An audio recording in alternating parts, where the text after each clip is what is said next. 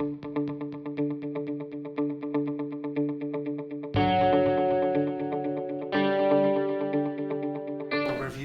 of how transmission and distribution grids may be able to accommodate additional quantities of renewable energy and what methods could be used to stabilize these delivery profiles. My name is Luciano. Stagno. I'm the director of the Institute for Sustainable Energy at the University of Malta, and as the name implies, we work in renewable energy, so this is our bread and butter. Most of our work is related to research, though we do offer a master's course. We collaborate and work very closely with our regulator and operators in Malta, and of course with other research institutes in Europe. No, obviously I'm biased because I am a renewable energy person, but it is pretty clear that renewable energy is the future, not just because we have targets from the EU, but also because it is an emergency. 11,000 scientists just yesterday, I think, published a letter stating that climate change is an emergency, not, it's a crisis. It's a real crisis, and we, as much as we are doing, we are not really treating it as a crisis. If the crisis was lead in our water, we would be dropping everything and using all resources to solve the problem. While we are doing a lot in renewable energy and other things to mitigate climate change, of course, there's a lot more to be done.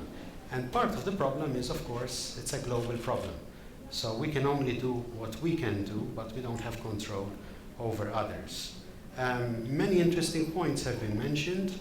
Of course, in the meantime, before we reach the point where we are truly carbon-free or very close to that, gas will play a very important role.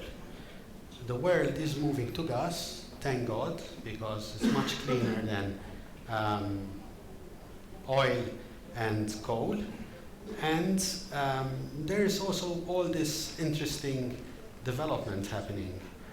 For example, just this week, I was at a conference on floating offshore wind, which is still in development.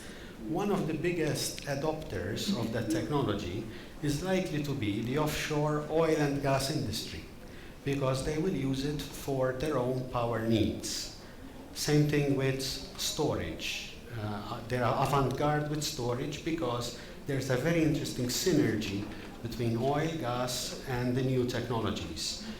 By the way, another interesting technology we are working on is offshore solar energy. We are developing offshore solar energy platforms. Hydrogen will be an interesting addition, as was mentioned this morning. And of course, what we do today is not for tomorrow or the next 20 years, but we are a region blessed with a lot of history. Just a few meters from us, there's a 600-year-old cathedral, and all our countries have plenty of history. So our region knows that you have to plan for 100 years and hundreds of years. And in that case, you do have to look forward to what's going to happen even after fossil fuels start to dwindle. So without further ado, I will introduce the first speaker. The first speaker for the session is Carlos Ruiz. He's an associate program officer at the International Renewable Energy Agency, where he performs research work on different topics, including renewable energy development, innovation, and hard to decarbonize and use sectors. Carlos has over 7 years experience in the field of renewable energy in both private and public sector, and he is a mechanical and electrical engineer with a master's degree in sustainable energy engineering from the Royal Institute of Technology. The floor is yours. Thank you, Luciano. As the moderator already mentioned, I'm here representing the International Renewable Energy Agency. I will give you a brief overview of the agency in case you're not familiar with it yet. IRENA, as it's also known, is an intergovernmental organization which was founded in 2011. It is based in the United Arab Emirates, specifically in Abu Dhabi. However, it also has an office in Bonn, Germany, which is actually where I'm based. So IRENA has an innovation and technology center there, and this is where the core of the content that I will present today was produced. IRENA is quite a young organization, but in this short time it has managed to achieve a near global membership with 160 member countries and 23 more countries currently in the process of accession to the agency. This puts the agency in a perfect place to realize its mandate and fulfill its objectives. So the mandate of IRENA is to promote the widespread of renewable energy worldwide.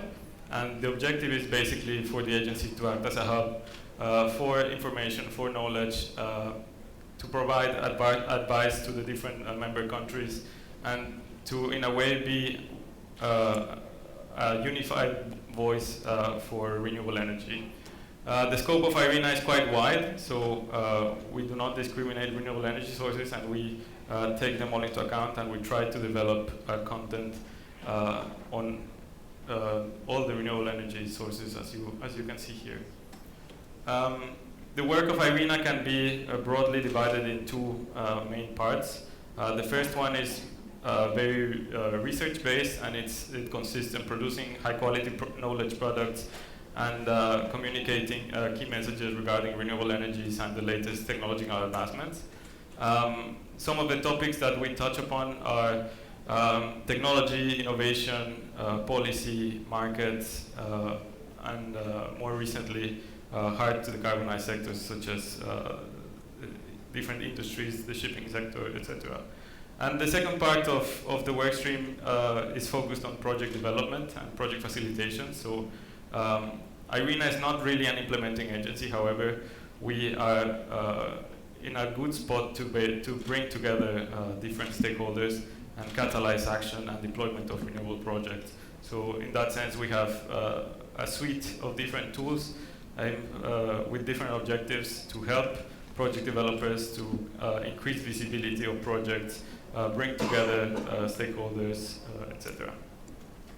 Now, moving on to the core of my presentation and to the topic that we are covering today.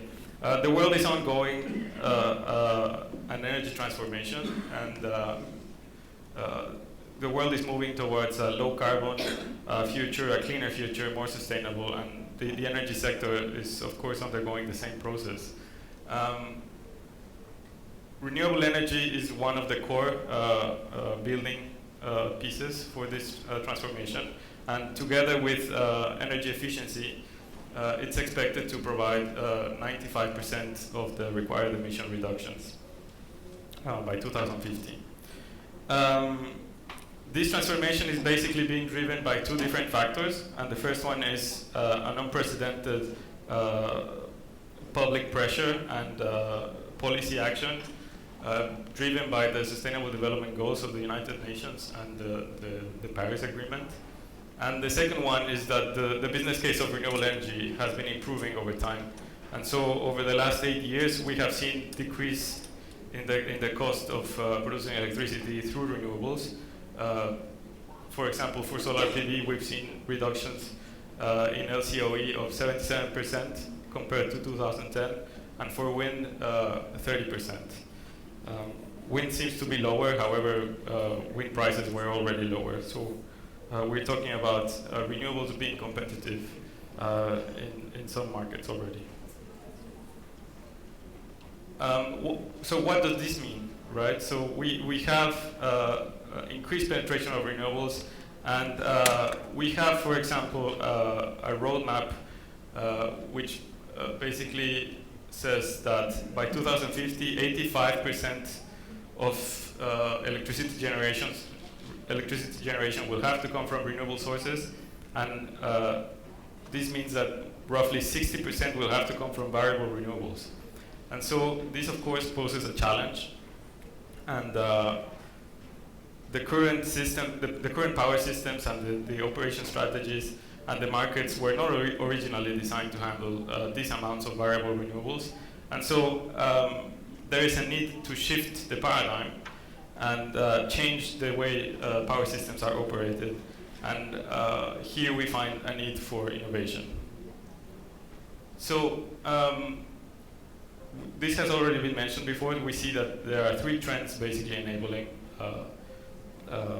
this transformation of the power sector. The first one is electrification. So electrification is the cornerstone of the decarbonization of the energy sector. So we're talking about electrifying the transport sector, the buildings, the industry. The second trend is decentralization. So we see more and more variable renewable energy sources, distributed energy resources popping up on the demand side. And this, of course, complicates the operational strategies. And but as I will mention, it will also provide new opportunities. And the last one is digitalization, which is basically an enabler, which produces large amounts of information which have to be managed, and then this enables for the optimizations of the different systems. Electrification and decentralization certainly pose a challenge and a strain on the power systems. However, they also provide opportunities for added flexibility. Traditionally or historically, the flexibility in the power system has been provided by the supply side through flexible generation. However, in the future, this will need to change, and the sources of flexibility will have to be appearing across the entire power system. So we're talking about increased interconnections, improved markets, demand response, the widespread of storage through the power system. And so this will all add flexibility to the power system. We see that innovation is the key to this transformation, and so IRENA has taken the task of analyzing the innovation landscape around this power system transformation, and in order to enable the penetration of larger shares of variable renewable energy. And so the objective is to basically provide a snapshot to decision makers of what are the innovations that are currently occurring and what are the innovations that we see happening in the near future. And so at the moment, we've identified 30 key innovations that were captured in the report that you see there, which is, we call it the Innovation Landscape Report.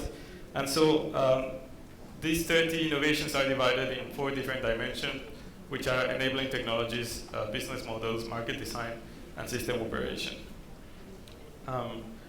Each of these innovations are further explained and developed in individual briefs, as you can see. So on top of the report, we have 30 briefs explaining each of these innovations.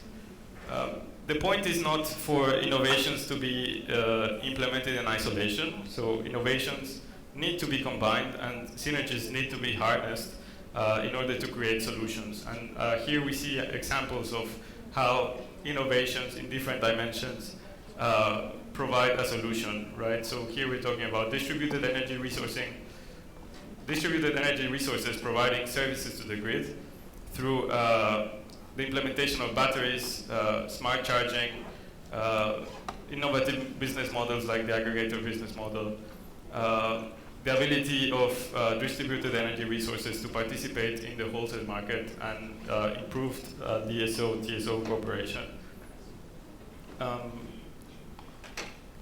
So as mentioned, the idea is to combine these different innovations, and so in the report we've come up with a proposal of 11 different solutions that are aimed at increasing the flexibility of the power system. So the first step was to identify the innovations and combine them, create synergies, and create solutions. And then the second step is basically to analyze the context where these solutions need to be deployed. And so we see that there is correlation between the cost of these solutions and the flexibility potential that they provide.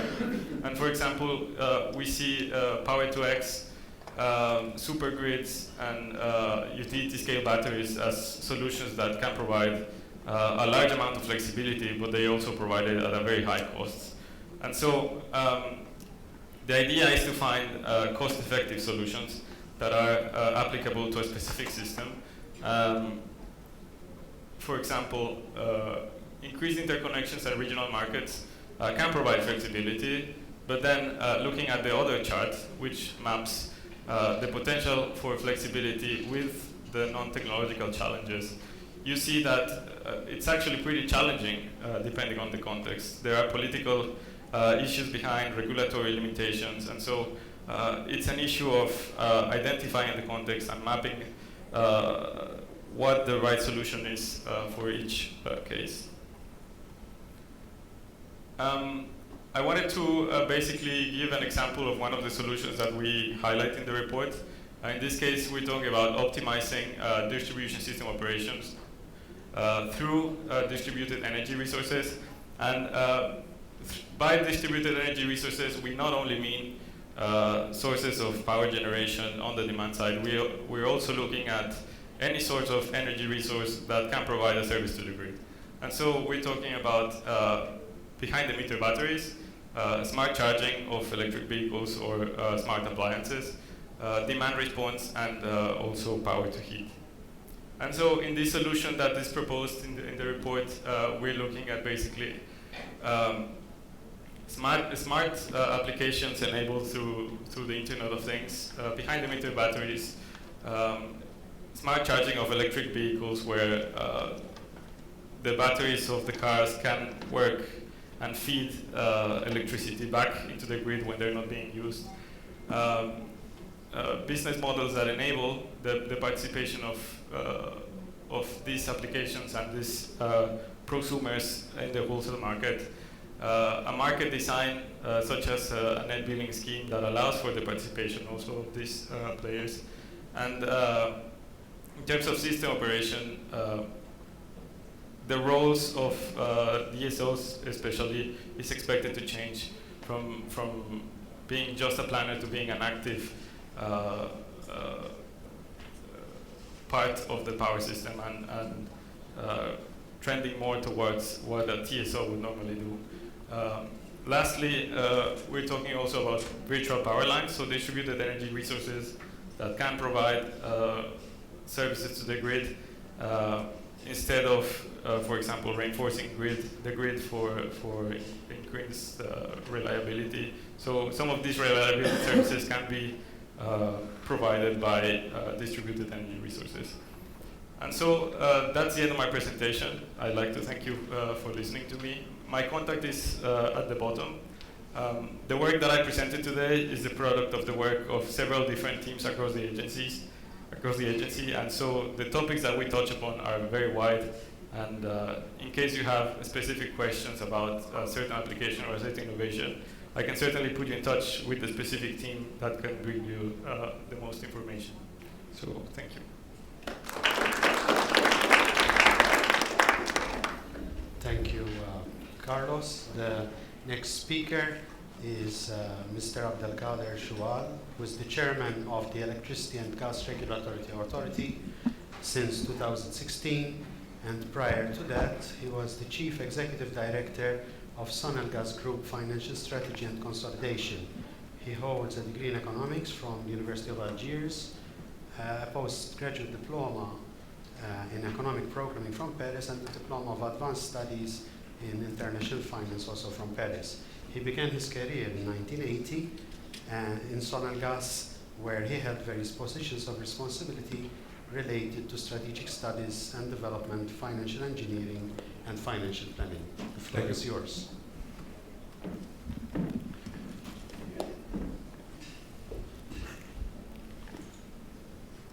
Good morning, everyone.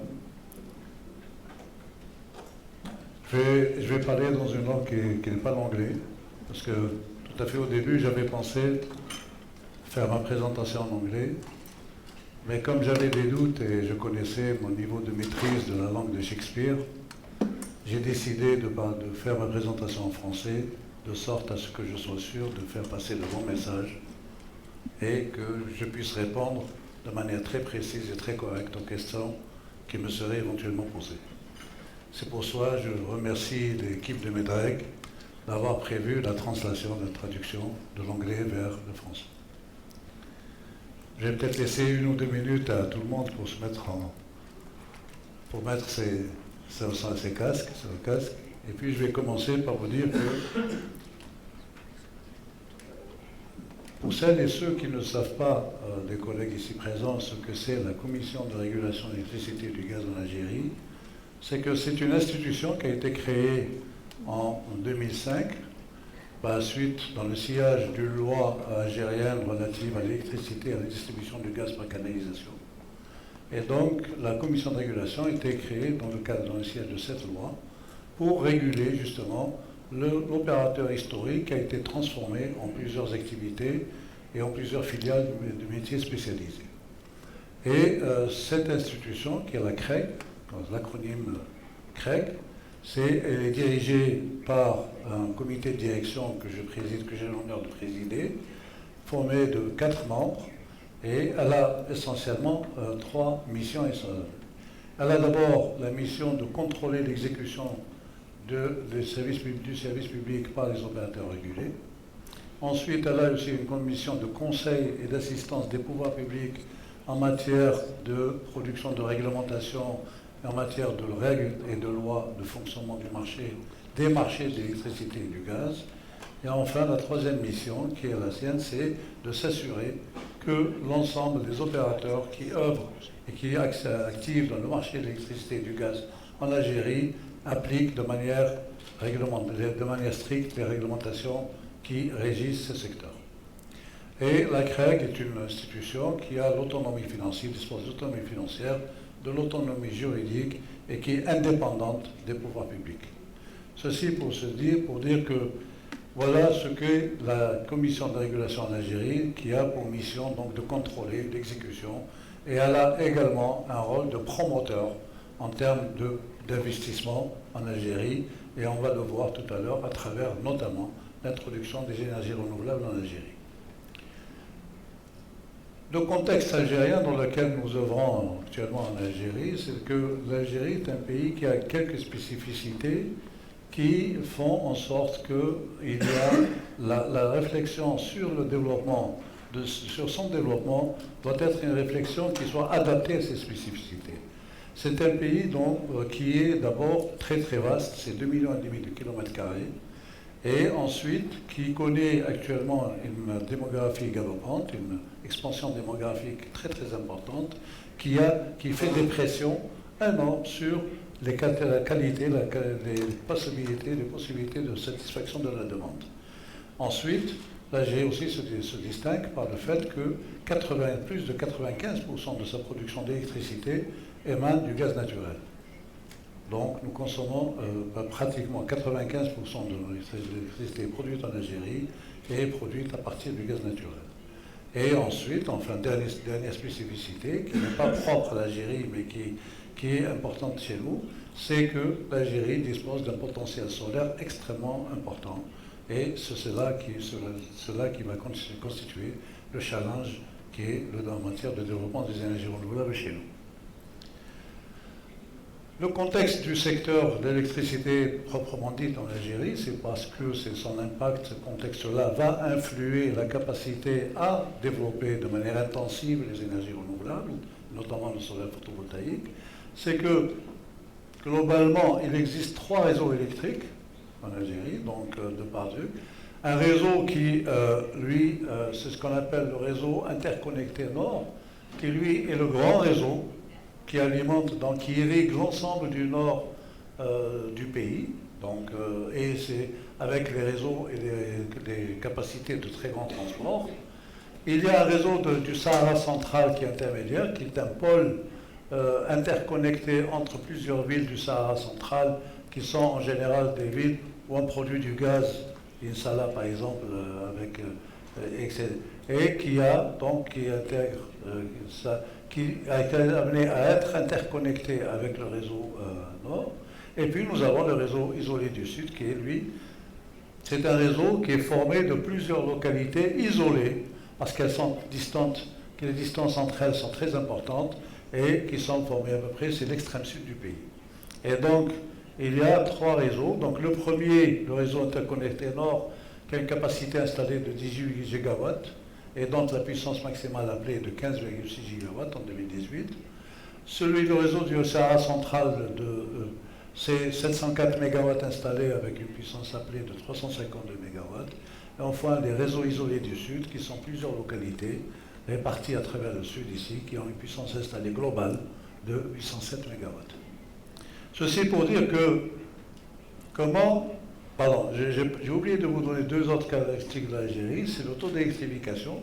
Le pays est électrifié à 99%, et le taux de pénétration du gaz naturel, c'est-à-dire le nombre de foyers algériens qui ont accès au gaz naturel par canalisation, représente 62% de la population. Donc voilà les caractéristiques principales du secteur électrique et gazier algérien. Et donc, cette production-là, comme j'avais dit précédemment, est assurée à 94%, plus que de 95% par le gaz naturel. Et on voit bien qu'il y a eu d'abord une réflexion sur le fait ou la possibilité ou la volonté de diminuer la consommation nationale du gaz pour pouvoir la préserver et la laisser pour l'exportation. Et en fait, il y a eu un premier plan de diminution qui a vu une introduction massive des cycles combinés, en lieu et place de la substitution des turbines à vapeur. Et donc, on voit qu'à fin 2018, le cycle combiné représente 41% de la production nationale d'électricité par rapport à un TV, alors qu'il y a très peu de temps, le ratio était inversé entre la TV et le cycle combiné.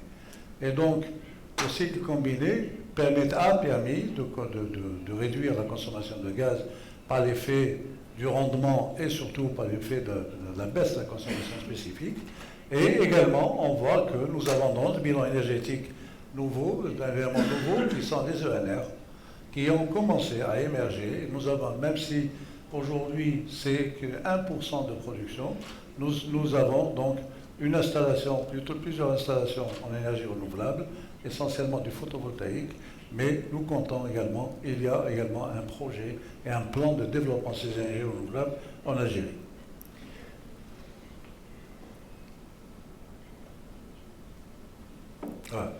Voilà les énergies renouvelables en Algérie. Donc la cartographie de ces énergies renouvelables, leur implémentation géographique, ainsi que leur capacité technique, et on voit bien que voilà, ça c'est essentiellement les zones isolées, donc ce sont des zones isolées qui sont des réseaux locaux, dans lesquels il y a donc une volonté de substituer, parce que ces réseaux locaux ne sont pas alimentés par la production d'électricité, n'est pas assurée par le gaz naturel, elle est assurée par le fuel lourd, qui est donc un produit extrêmement polluant et surtout extrêmement difficile à acheminer vers le sud. Et donc c'est pour cela que toutes ces zones-là, il y a un processus qu'on appelle de solarisation, hybridation entre solaire et fuel, en raison bien sûr de l'intermittence et en raison également du degré d'ensoleillement. Et on voit qu'aujourd'hui, l'Algérie dispose d'une capacité de 607 MW en photovoltaïque, donc un peu plus de 200 MW en hydraulique, parce que le pays ne dispose pas d'une très forte hydraulicité, et donc c'est pour cela que l'hydraulique ne constitue pas un axe majeur de développement chez nous, en matière de... Et donc la production, ça va quasiment approche un peu de 1 TWh, mais on voit que la quasi-totalité de cette production est assurée par le photovoltaïque. Ceci dit, quelle est donc la stratégie d'introduction des ENR en Algérie? Par rapport, en fait, aujourd'hui, nous avons la pointe de satisfaction de la demande en Algérie est une pointe qui est essentiellement diurne. C'est-à-dire que c'est une pointe qui se réalise entre 11 heures, disons, et 16 heures. Et c'est là tout l'intérêt d'introduire des énergies renouvelables, parce que il y a la volonté, il y a une stratégie de dire, ce matin, les intervenants ont parlé, notamment par rapport à la capacité de développement et surtout par rapport au stockage. Or, aujourd'hui, on dit que pour, disons, changer la forme de la courbe de charge, il va falloir d'abord introduire des énergies renouvelables sans stockage pour justement effacer, pour contribuer à la satisfaction de cette pointe sans faire appel donc au gaz naturel. Et on voit bien que dans ce cadre-là, même si dans des proportions très très limitées, on voit bien que la contribution des énergies renouvelables à la satisfaction de la pointe, le fameux 1%, il est bien là entre midi et 16 heures de l'après-midi. Et on voit bien qu'il contribue à effacer et on prévoit d'introduire des énergies renouvelables pour contribuer et pour faire en sorte que le maximum de pointes soit satisfait par les énergies renouvelables sans stockage avec, au moment de la pointe été, de la pointe matin. Et ceci, le même problème se pose, ou la même vision se pose également pour le sud. J'ai des problèmes à passer.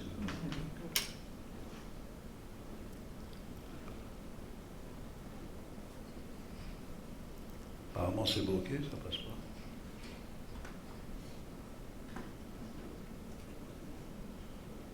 Vous arrivez? Next.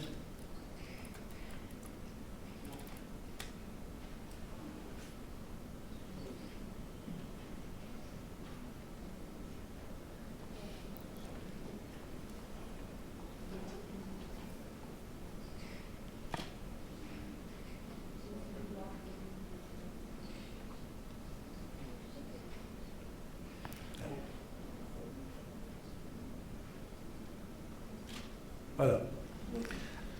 Ça, également, pour le réseau du Sahara central, c'est exactement la même problématique, même si les proportions sont beaucoup moins importantes et beaucoup plus faibles. Et on voit bien que, en fait, même si le Sahara central se caractérise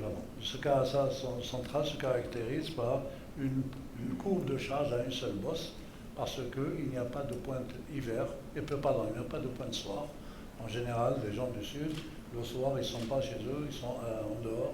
Et donc, on voit bien qu'il y a une seule pointe matin et que les énergies renouvelables également contribuent à assumer de manière assez, même si, bien sûr, toutes choses étant égales par ailleurs, il y a des proportions qui sont respectées entre la pointe et la capacité à satisfaire par les énergies renouvelables. Et on voit donc l'objectif, il est quoi? Il est que de dire d'abord, que les énergies renouvelables vont contribuer à satisfaire la charge, au moment où on en a le plus besoin, au moment où elle est la plus importante, mais également à changer la forme de cette charge, parce qu'il n'est pas normal qu'il y ait des écarts aussi importants entre le creux et la pointe, parce que le système électrique est un système qui ne supporte pas les écarts de charge très importants, et parce qu'il y a des problèmes de fréquence à régler, il y a des problèmes également de réseau global à gérer. Et donc, voilà, par exemple, une indication de ce que sera la charge en 2025, avec une pointe de 21 500 MW. Et voilà, par exemple, par rapport à un programme de développement des énergies renouvelables. Peut-être qu'il y a un problème de pile. Voilà. Par rapport à un programme de développement des énergies renouvelables basé essentiellement, je le répète, sur les photovoltaïques. Et on voit bien qu'à l'horizon 2027-2028, on va réaliser plus de 5000 MW en photovoltaïque en Algérie, avec une pointe en 2025 de 2900 MW qui seront réalisés et mis en service. Et ce programme-là va donc à plusieurs objectifs. D'abord, c'est avoir deux types de mise en œuvre. Le premier, c'est de très grosses capacités par le voie d'appel d'offres ouverts à tous les professionnels. Et d'autres également, et ceux en fonction ceci en fonction, bien sûr, des régions visées. Et l'autre, c'est également des petites capacités par voie d'appel d'offres, ce qu'on appelle chez nous voie d'appel d'offres aux enchères. Donc, comme on vient de le faire, juste il y a quelques jours, nous avons attribué 70 MW par voie d'enchères, donc à deux investisseurs privés algériens, deux IPP, donc qui sont dans des régions du sud du pays pour favoriser essentiellement la production d'électricité, pour favoriser le développement de l'agriculture dans les zones sahariennes. dans les zones du sud du pays. Et donc ces 5150 MW donc, feront passer la capacité donc, des ENR de manière à un stade important de notre parc de production, ainsi que d'eux, et représenteront un taux très important, une avancée très importante du mix énergétique que nous visons. Donc ce mix énergétique sera à peu près 27-28% en capacité et sera de 9% en énergie. Et en fin de période, il est prévu que ce mix énergétique double. Ce matin, on avait parlé de 55% de mix énergétique. Maintenant, nous, la fin de période de 2028-2030, ce mix énergétique pourrait atteindre les 35 entre 35 et 40% de la part, entre la part des énergies renouvelables et la part des énergies fossiles. Et ceci dit, les capacités intégrées, bien sûr, seront déterminées sur la base d'études prospectives qui seront adaptées réellement au terrain, aux besoins du terrain. Mais le problème ne réside pas là, il réside dans les défis de l'intégration des énergies renouvelables. Nous avons choisi une voie de développement qui est préliminaire aujourd'hui, qui est basée sur le développement sans stockage. Donc il y a des gros problèmes d'intermittence à régler, il y a des problèmes d'intégration dans les réseaux électriques à régler. Nous avons commencé d'abord par mettre à niveau le grid code national, que nous venons de terminer. Nous avons techniquement étudié toutes les possibilités d'intégration des énergies renouvelables intermittentes dans le réseau, parce que, j'ai oublié de vous le dire, dans les petites capacités qui sont installées aujourd'hui, il y a, disons pas la majorité, mais un grand nombre quand même de capacités qui injectent directement sur un réseau de distribution. Donc, ils ne sont pas intégrés dans le réseau de transport, donc de dispatch national, et à ce moment-là, il n'y a pas de problème d'intermittence à gérer. Par contre, le réseau de dispatch national accepte une certaine limite d'intermittence, mais au-delà, il va falloir adapter sur le schéma technique de fonctionnement et pour ne pas perdre la stabilité de ce réseau. Et c'est pour cela que nous avons mené des études techniques d'adaptation du schéma de fonctionnement du réseau national et du grid code pour pouvoir intégrer donc le maximum de capacité. Et les 5550 MW sont justement la sortie de cette étude, la sortie d'une capacité maximale en l'état actuel du réseau à accepter des énergies renouvelables intermittentes. Et donc, mais il y a d'autres problèmes, donc d'autres démarches qui sont également visées. C'est la surveillance de l'état du réseau à tout moment, donc c'est le rôle de l'OS, du TSO, et le développement des outils de provision de la production, et de la flexibilité à introduire donc, pour pouvoir... Et en fait, peut-être un degré de moindre, mais dans une perspective future, c'est le stockage. C'est de parler du stockage quand les énergies renouvelables atteindront un niveau maximum ou un niveau optimal, on ne pourra plus gérer par l'intermittence, les intégrer selon l'intermittence, il va falloir penser au stockage. La stratégie de mise en œuvre, justement, et de truc, c'est de dire qu'il y a des mécanismes d'encouragement, et l'un des mécanismes majeurs que dont nous souffrons aujourd'hui, nous souffrons de son absence et de sa fiabilité, c'est le mécanisme du financement. Nous avons de gros problèmes d'absence d'instruments fiables de financement, et c'est pour cela que moi, personnellement, j'ai été très heureux d'entendre les représentants de l'Union européenne ce matin parler de mécanismes de financement et de mécanismes d'encouragement dans lesquels peut-être nous pourrons utiliser pour justement favoriser le développement des énergies renouvelables dans notre pays. Et dans les pays de la rive sud, en fait, globalement, de manière globale.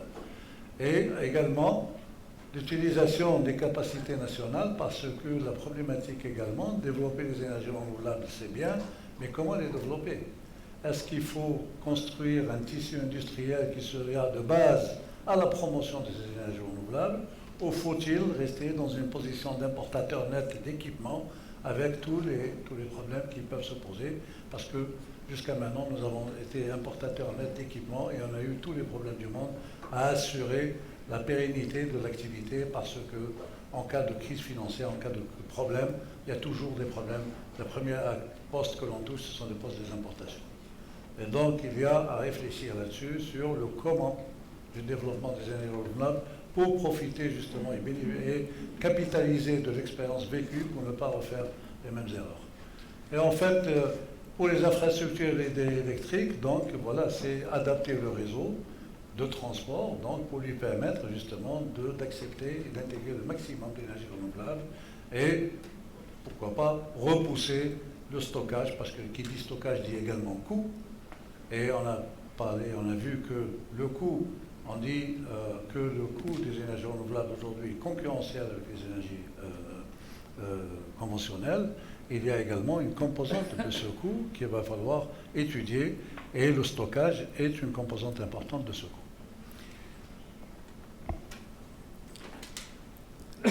Donc il y a également, donc, là aussi, c'est la mise à jour du cadre réglementaire parce que là aussi, si on veut développer un marché de l'électricité, ça veut dire le développement va passer par des appels d'offres, par la mise en place de l'entrée de nouveaux acteurs sur le marché de l'électricité. Et à ce moment-là, ces nouveaux acteurs doivent être donc, connaisseurs, doivent s'approprier au maximum la réglementation. En conclusion, ce qu'on peut dire, pour ce qui concerne le cas de l'Algérie que je représente, c'est que c'est un pays qui est doté de ressources naturelles, qui favorise le développement des énergies renouvelables, qui reste tributaire de levées de contraintes, qui sont importantes quand même, et qu'il faudra relever ces contraintes. Et donc, ce sont les capacités, le renforcement des capacités nationales en matière de planification pour justement faire en sorte que la vision, c'est notre vision. Est-ce qu'elle est juste? Il va falloir la confronter à la vision d'autres experts. Et c'est là le forum dont on a besoin pour faire justement confronter nos visions et nos manières de voir les choses pour pouvoir en tirer le meilleur. Et voilà, c'est justement l'une des limites que nous rencontrons.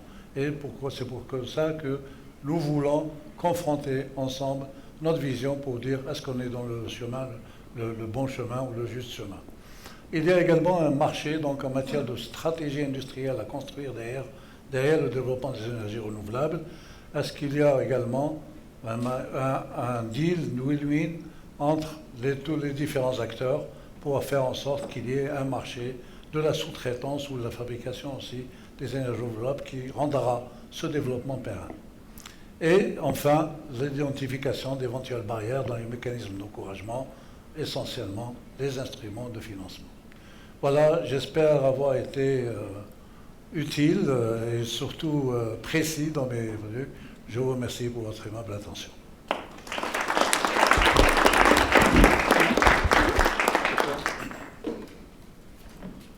Thank you, Mr. Choual. And the next speaker is Dr. Jenny Winkler. She's a scientist in the Competence Center, Energy Policy and Energy Markets at Fraunhofer. She studied International Economics and Political Science at Herbert Karl University in Tübingen, studied in Argentina, served several internships in the field of development cooperation, and was a research assistant at the Institute of Applied Economic Research in Tübingen. She collaborated for 2 years in the GIZ program for private sector development in Cambodia, then worked in the cluster energy technology of the firm Bayer Innovative. She took a master's degree in environmental technology with main focus energy policy at Imperial College London, and with a thesis topic of electricity market design for 100% renewables. Since 2011, she is a research associate at the Fraunhofer Institute, and since 2019, she is the coordinator of the business unit Renewables Energies. Her research focus on electricity market design and instruments to promote electricity generator for renewable energies. The floor is yours. Thank you. So welcome also from my side to this event today. Thank you for inviting me as a speaker. In the program it is written that I am working for the Center for Mediterranean Integration, which is unfortunately not true. I would of course like to live in Marseille. But we have conducted a study for the Center of Mediterranean Integration as Fraunhofer Institute. And this study, the topic of this study is written here. It's about the clean energy package, and it's not really doing any, and we have not really done any research in this study. It was more about summarizing and explaining the contents of the clean energy package in terms of the implications and issues that might also be of importance for the southern and eastern Mediterranean countries. Therefore, my topic does not really fit very so perfectly into the session. I will not talk about integration of renewables and all the challenges related to that with respect to grids or markets, but I will just tell you a bit about the contents of the clean energy package. However, at our institute we are about 70 people working on energy topics, and our the focus of our research and also advisory work is on integration of renewables, long-term decarbonization pathways and all things surrounding that. So if you have any questions related to these topics, me or other colleagues could also be of help here. And we also work a lot on renewable support systems and market design issues. So now to the topic of today's presentation. As you all know, it was also mentioned this morning, the EU has adopted a new framework for the EU climate and energy policy in the years 2021 to 2030. And this so-called Clean Energy for All Europeans package includes 8 legislative documents.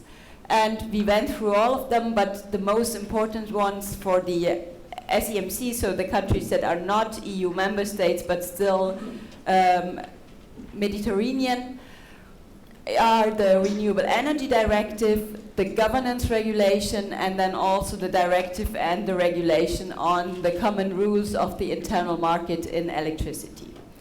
And so the two main topics are first renewable energy and support schemes for renewables, and the second one electricity market integration. And when doing the summary study, we went very much into the details of the clean energy package with respect to renewables and renewable support, and not so much with respect to electricity market integration. The reason for that is that in the electricity market parts, there's a lot about adopting electricity market rules within the European member states.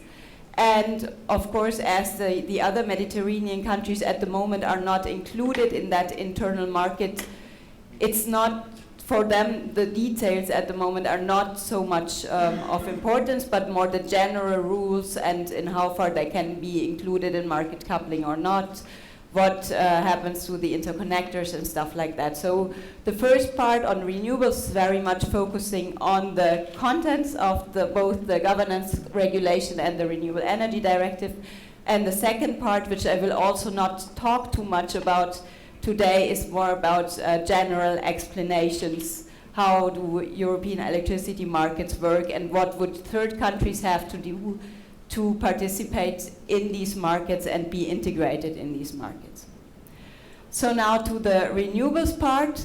The winter package or clean energy package sets a binding target for renewable energy, and that's of course a very important part of this package. The target level is at the moment 32%. It was mentioned in the morning that there might be higher decarbonization targets, and then also possibly a higher renewable energies targets, and that might be developed in the next years. But for now, we have 32% of renewables. There's a difference between the current 2020 target and the new target, because the new target is binding only on a European level, but not on the national level. So member states don't have a fixed target like in the 2020 framework. However, the governance regulation does include a formula to set benchmarks for the different European member states. And this benchmark formula includes different aspects. And the first one is the 2020 target. So the member states are not allowed to fall below the percentage of renewables they are supposed to reach by 2020. And then there are different other aspects like the current renewable share or the income per capita that play a role in setting this benchmark. The EU member states are currently preparing the their final national energy and climate plans, the NECPs. They have to be finalized until December, and probably most will be there in the first part of the next year, latest.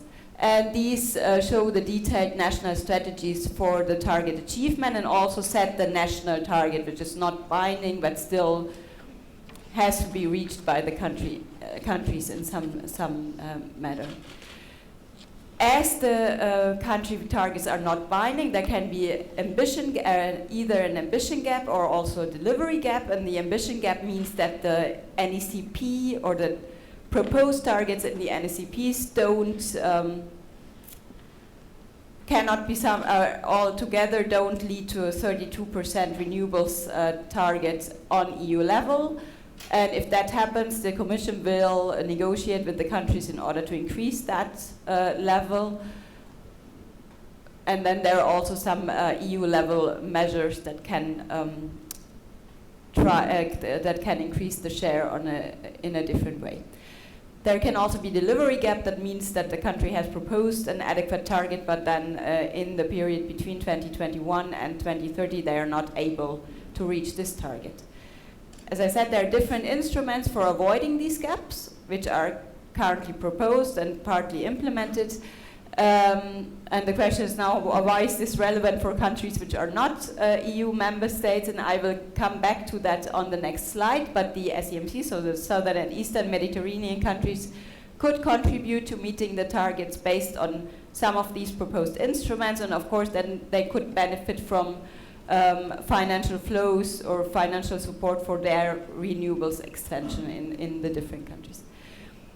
So what are the different instruments that the SEMC could participate in? The first ones are joint projects under the cooperation mechanisms. Cooperation mechanisms are a way of collaboration between either EU member states or between member states and third countries in order to reach the targets in a more efficient and cost-effective way. There were no changes between the 2009 Renewables Directive and the current one. However, it's still the same that only joint projects can be conducted between member states and third countries. However, due to the development towards auctions to support renewables, there might be better possibilities for these joint projects, because also one specific auction could be defined as one joint project and not only one specific plant that is built together, as was the case previously. This is not legally not totally certain, but everyone thinks that this will be the case. So the second thing that third countries could potentially participate in is the enabling framework under the EU financing mechanism. The EU financing mechanism is a new instrument which is defined in the governance regulation, Article 33. There are two parts. One is a EU level tender for renewables. However, third countries are not included in that part. But there's another part called the enabling framework that's about probably cheaper credit lines or sort of grants for renewable expansions. The details are not clear yet, but because there needs to be a delegated act, and that will be published, or the proposal from the Commission will be published in the next month. So that's something to look for if you're a regulator in a third country. Then there's a third way to participate, and that's the cross-border RE projects under the Connecting Europe facility. Probably everyone knows the Connecting Europe facility. That's usually used for funding interconnector projects, both in electricity and gas sector, and increasing the interconnections between European countries and also third countries. There's the renewables projects under that framework are new addition, and also here the details are not clear yet, but third countries might be included in that as well. So what the third countries could do already now, or at least when the final NECPs are available, is to identify possible partner countries, for example, based on the 2020 target achievement, but also based on the contents of the NECPs. And here on the right side, and you have that of course in a bigger version in the report, you can see the target or the likeliness of target achievement of different EU countries, and there is a number of countries that might be interested in cooperation projects because they will not reach the 2020 targets and will therefore also maybe have problems in reaching the benchmark for the 2030 period. However, what you have to have in mind, or regulators from third countries have to have in mind, is that the EU rules foresee market-based support for renewables, and that means both that the support levels for renewables are determined in a market-based way, so either using auctions or a green certificate mechanism, and also that electricity supported by these mechanisms needs to be sold at a regular electricity market. And of course, in a system where the market is not liberalized, that can be sort of a challenge. What we think here is that also indirect market participation could be enough. Like for example, Morocco, ONE participates in the Iberian electricity market, so this could probably be a way of enabling this market participation. However, probably it would have to be accompanied by a system of green certificates like the guarantees of origin or something similar in order to be able to track the renewable energy and also know that ONE is really selling renewables and not some kind of conventional energy, and still get the support from the EU partner country. Also, the joint projects define for the participation of third countries that there needs to be a physical import of the electricity, and that means that interconnector capacities need to be reserved for the time when the renewable energy plant is generating electricity. And that of course means for the regulators in third countries that there needs to be a way of reserving the interconnector capacities, and somehow one needs to make sure that this works with the interconnector management rules in place. Okay, so this was it for the renewables part. As I said, the electricity market integration, I will not talk too much about this here, just mention some other important aspects of the clean energy package, which you can also read about in detail in the report. First one is the 15% interconnector target, which however does not include third countries at the moment, and this means that EU member states need to reach 15% of their installed capacity of electricity generation plants, also as an installed capacity of interconnectors. And there is, in this document which defines the target, there's third countries are mentioned, so in principle there's a possibility that third countries could also be included, of course depending on a lot of framework conditions and regulations. It was also mentioned this morning that interconnectors can also be used to export problems, so of course EU member states but also the third countries would have to avoid that this exporting of problems happens through a higher interconnector capacity. But these interconnectors that are used to reach the 15% targets have better access to funding from and also the status of a project of common interest, and can be easier funded by the Connecting Europe Facility funds.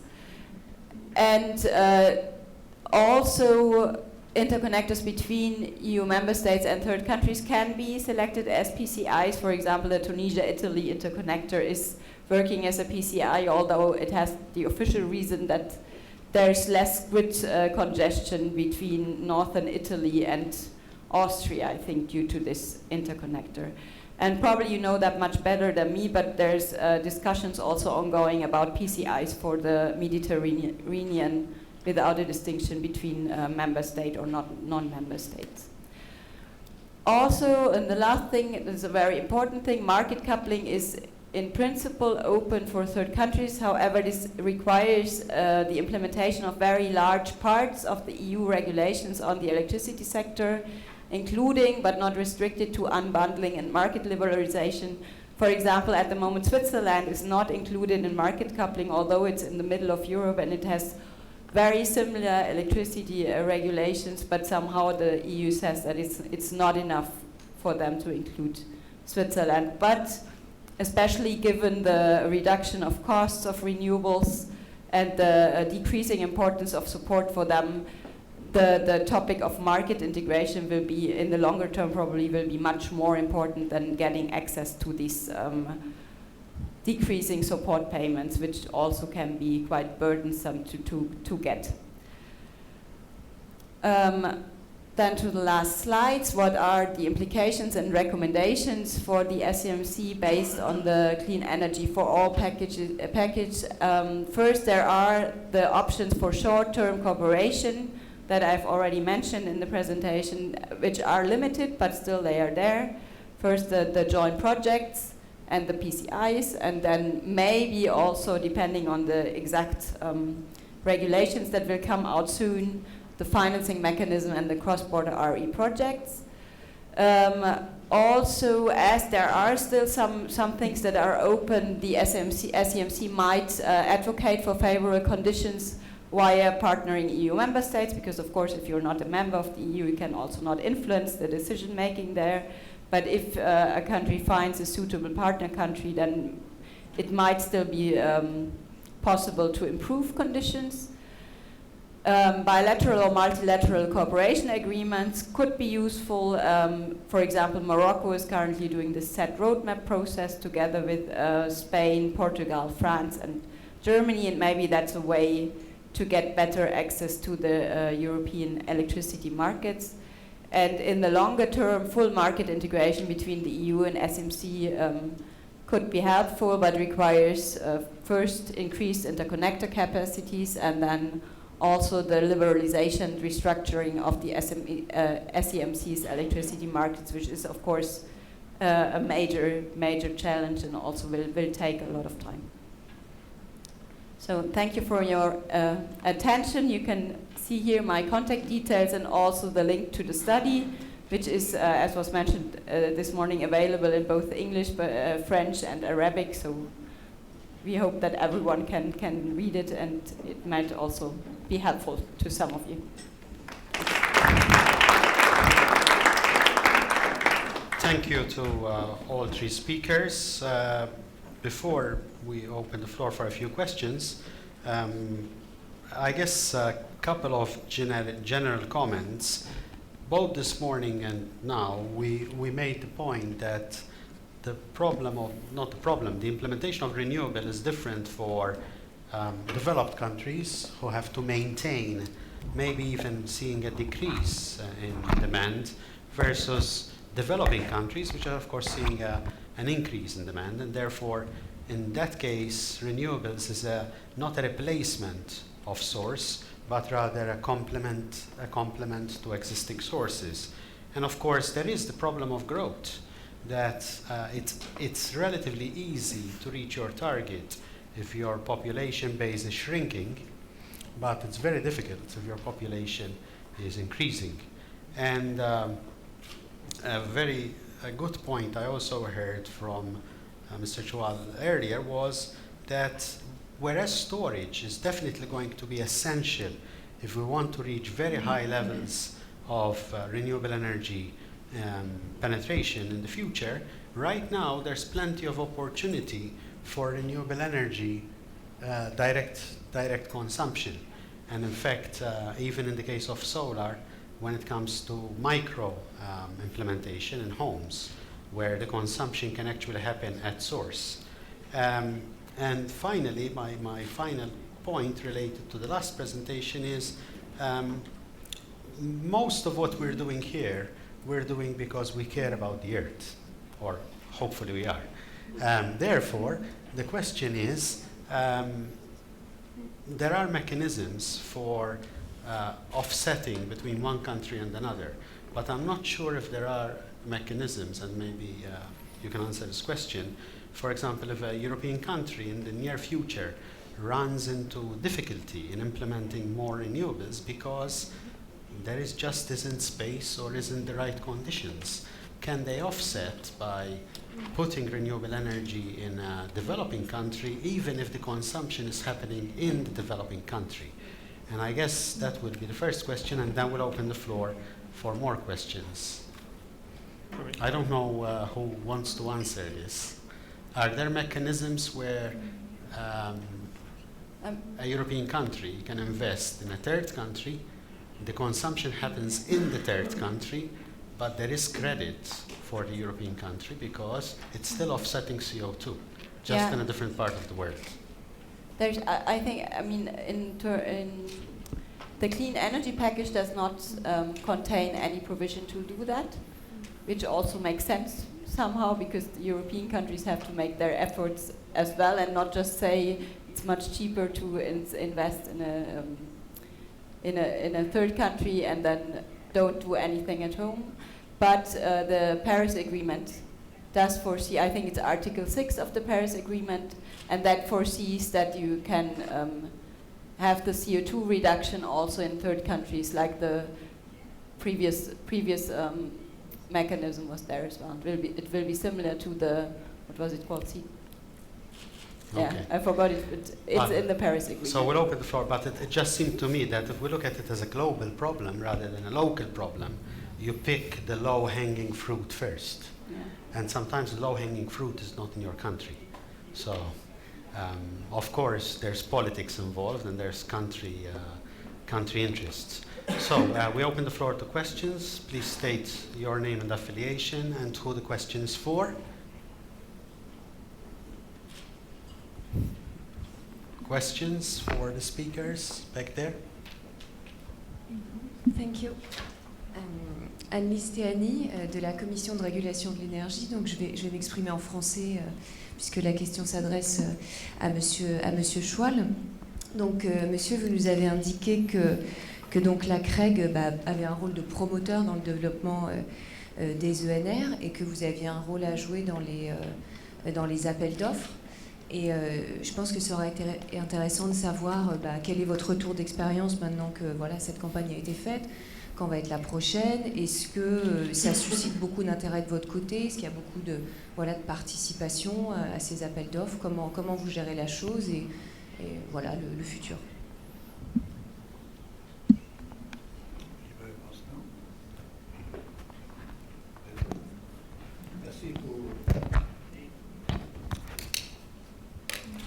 Merci pour votre question. En fait, effectivement, la CREG joue un rôle.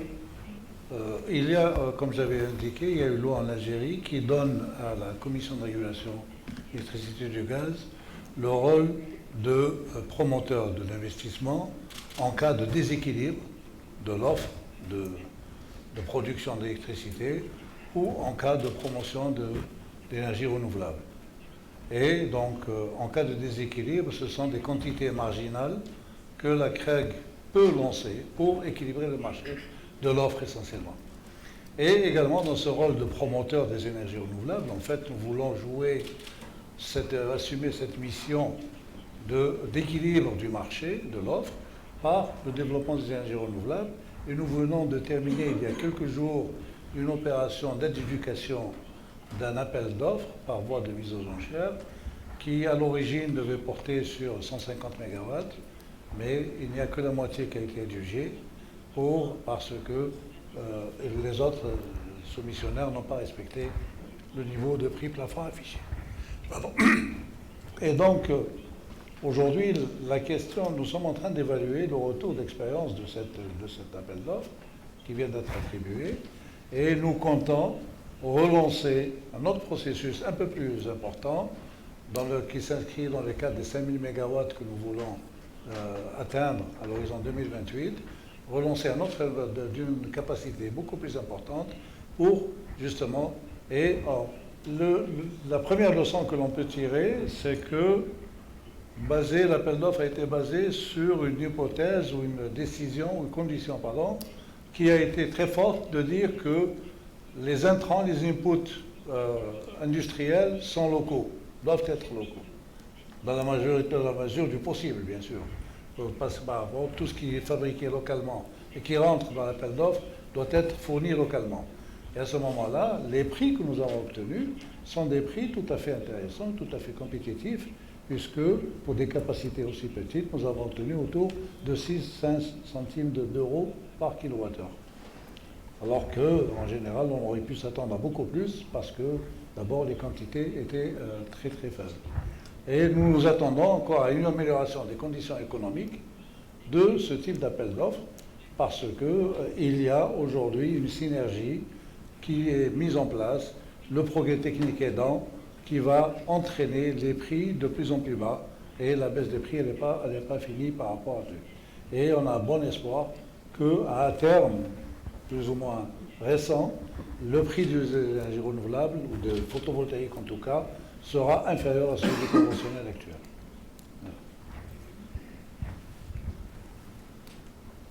Merci. Other questions?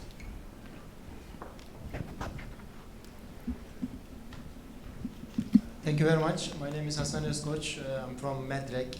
My question is to the IRENA. How they see the role of gas in general, and in particular the role of hydrogen towards the decarbonization of the energy market? Good question. So we are currently looking into the role of natural gas as a means of enabling the transition. We're also looking into the ways renewable energy can contribute to the natural gas industry. We are working on that currently. We're also working on a report analyzing stranded assets. And there's not a lot more that I can say regarding natural gas. Regarding the use of synthetic gases, such as hydrogen, we do see them playing a critical role, especially for the decarbonization of difficult sectors. For example, the cement industry. Right now, I'm working on shipping, and we do see synthetic fuels playing a big role in the decarbonization. Actually, in some cases, it's basically the only way. So, when you say synthetic fuels, you mean? by synthetic fuels, we mean e-fuels. So far, we've been looking at e-hydrogen, e-methanol, natural gas also, and also biofuels. So I've overlooked biofuels, but for example, in the shipping sector, which is highly energy intensive and is a large contributor to the global emissions, the only path for the decarbonization of the shipping sector is to replace the traditional fossil fuels with these new alternative fuels. And in this sense, there are many possibilities, and the path is not yet clear, so there's a need for a lot of research. But so far, and having discussed this with a lot of different stakeholders and large private shipping companies, different players are going towards different paths. So some people are betting on methanol, some people are betting on hydrogen, some people are betting on ammonia. Biofuels are actually one of the more straightforward solutions, but then there comes an issue of ensuring sustainability and ensuring that the demand can be met.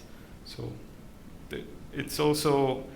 it will all depend also on how different sectors interact and how the demands of the different sectors for these different fuels come together. But yeah, I hope that answers your question. Question here.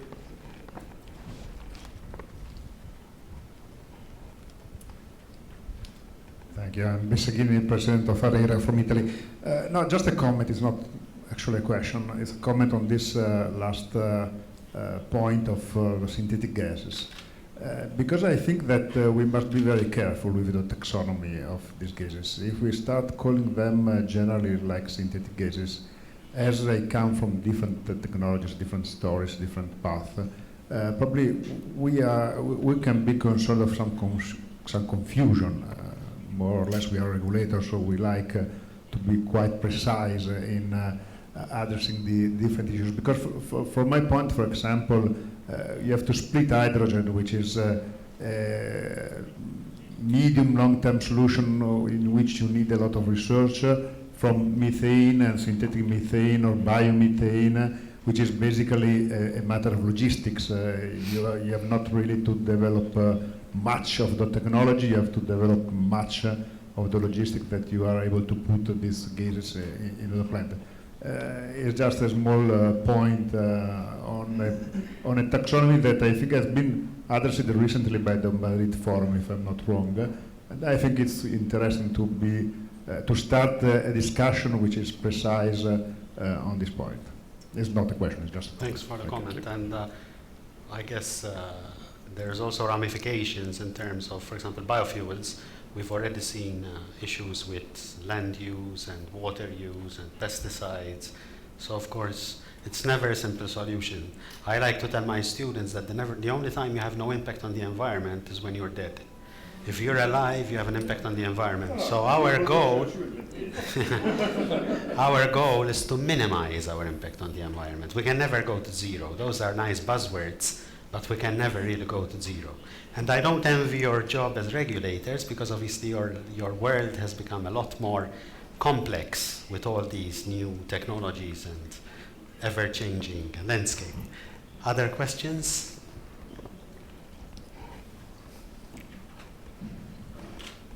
Thank you, President. My name is Brahim Anouissa from the Algerian Authority for Electricity and Gas Regulation. My question goes to Mr. Carlos Ruiz. You have presented in your presentation a set of several tools and technologies to deal with the flexibility issue. Do you have some figure or examples of application of these tools for specific country, and whether it is possible to have assistance from IRENA to deal with these problems?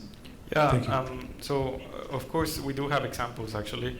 I didn't mention that, but the report actually includes more than 200 examples of how some of these innovations have already been implemented in different countries under different schemes.